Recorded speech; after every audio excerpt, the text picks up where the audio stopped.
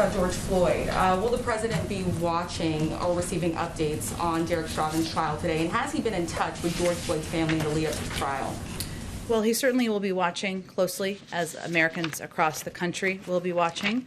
At the time of George Floyd's death, he talked about this as being an event that really opened up a wound in the American public, and it really brought to light for a lot of people in this country just the kind of racial injustice and inequality that many communities are experiencing every single day. And he'll be watching it closely. He'll certainly be provided updates. Obviously, this is a trial that's working its way through a law enforcement or a legal process, so we wouldn't weigh in further than that. But these were events that at the time he spoke about as being just a reminder of also the need to, and it certainly impacted how he's thought about in his own government, making equity central to what we do, instituting and putting in place racial injustice and addressing racial injustice as a priority, one of the key crises that he believes he is facing and we are all facing as a country. So it will continue to be central to what we do, and he will, of course, be watching the trial closely. Have you spoken to the family of George Floyd in the lead up to the trial?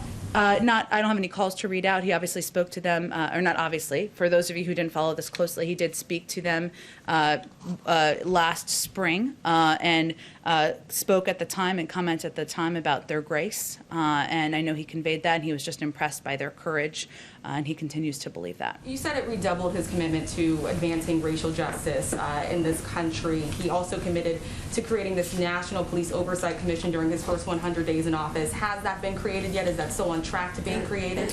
Well, we're encouraged first by the interest and engagement by members of the House and Senate in the George Floyd bill, which is making progress, and there's discussions that are active at this point in time. That's really where our focus is going to be at this moment.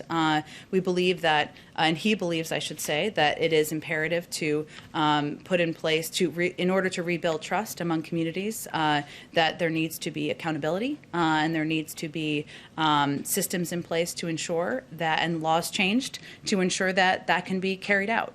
So that is where our focus is. The president supports that piece of legislation, and we're hopeful that he will receive a landmark reform bill on his desk. Will the commission still be established in his first 100 days in office? I don't have any update on it other than to convey that this bill is an opportunity to put in place a number of the actions that many in the advocacy community feel are imperative at this point in our country's history. Kind of an open question here. No firm commitment. I don't have any update on the timeline, but I think what's important to note is that the George Floyd bill, which would put in place and make law a number of the accountability measures and actions that he and so many who watch these events in horror feel are imperative at this point in our